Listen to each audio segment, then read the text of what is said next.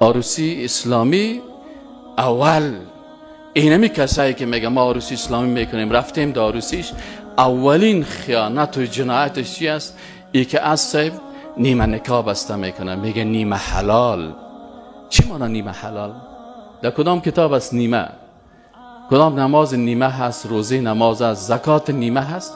بخاطر این میخواه که دامادش شوای جمعه در خانهش یک سیر سیب و پندک خوراک بیاره و ای با بسیار بیغیرتی دختر نامشروع خود بر از او داماد خود پیش بکنه، نام از این نیمه نکاح میمانه. یک روز یک کسی برام زنگ میزنه میگه استاد فلانی نفر نیمه نکاح کرده بود، آل خانهش اشتک شده، کلگی ای طفل نامشروع میگن، لاوارث میگن، ایره چطور کنیم؟ ما گفتم ایره ببر در بغل عمو مولوی پرتو که نیمه نکاح زیر بسته کرده، برش بگو که در عصر رسول الله صلی الله علیه و سلم نیمه نکاح بود، گردن تو بسته که تو آمدی ایره در بین مردم میگی.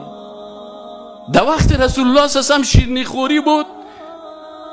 الیس فیکم رجل رشید، آیا در بین شما یک انسان با عقل و با فکر نیست که واقعیت ها را بر مردم بگه؟ در عصر امروز اگر به طریقه اسلامی امی کسایی که ادعای اسلامی میکنن، او که سازنده است، او که دختر خود از زیر ساز میرقصانه، او که ناموس خود از زیر پیش روی گارسون میرقصانه، او که بیرقش بالا هست، اما بیاین برادرایی که میگن ما اسلامی میکنیم، آیا در عصر رسول الله صلی الله علیه و یک تنها یک بچه نمیرفت خواستگاری یا 16 تا زن رایی میکرد؟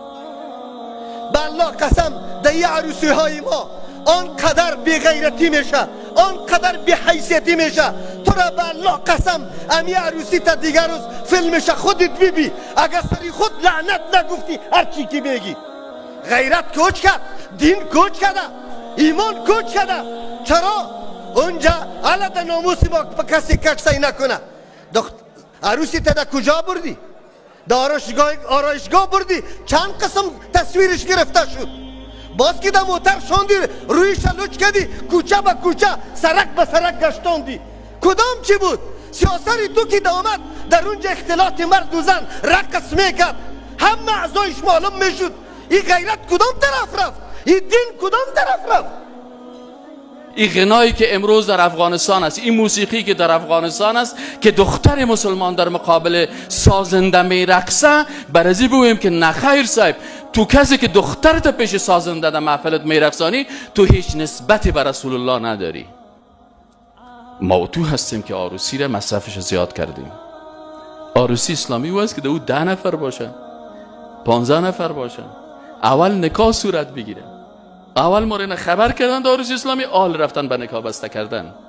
اما در عصر رسول الله صلی الله علیه و قسمی نبود. کجایش اسلامی نام میمانین؟ در عصر رسول الله صلی الله علیه و نکاح میشد، دختر به خانه شوهر خود میرفت، به فردای از او داماد به فردای از او روز تصمیم میگرفت که ولیمه بکنه یا نکنه.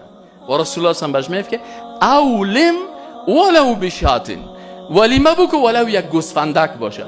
امروز همین کسایی که ادعا میکنن که ما عروسی اسلامی میکنیم، گردنشان بسته، اگر در ولیمه خود یک گوسفند ذبح بکنه، همین مسلمان ها اول سرش رشخند نمیزنن؟ گشنه بود، خدا شرماندش، چیز نداشت، بی غیرت است. آیا غیرت تو از غیرت اصحاب رسول الله صلی الله علیه و سلم که برتر است؟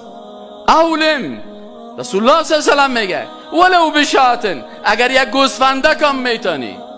امروز برو در محفل امیاله پرسان میشه از مردکه کجا؟ اول این مولوی صاحب این سوال خود غلط میگه وقتی که توادی نکاح پرسان میکنه. رسول الله صلی الله علیه و سلم از وکیل دختر پرسان نمیکرد، از بچه پرسان میکرد که چند برای از این خانم تو مهر دادن میتونی؟ و بچه برش میگفت که یا رسول الله یک انگشترک آهنی دارم. احیانا میگه هیچ چیز ندارم. میگفت خیلی برو 10 سوره را برش یاد بدی، 10 سوره قرآن مهر میشه. امروز کس قبول میکنه که 10 سوره قرآن مهر شه؟ من از بیگانگان هرگز ننالم که بر من هر چی کرد آن آشنا کرد. ما از اهل قرآن و از اهل سنت گله میکنیم. نکنین اسلام عزیز، اسلام زیبا را برای مردم غلط معرفی نکنین.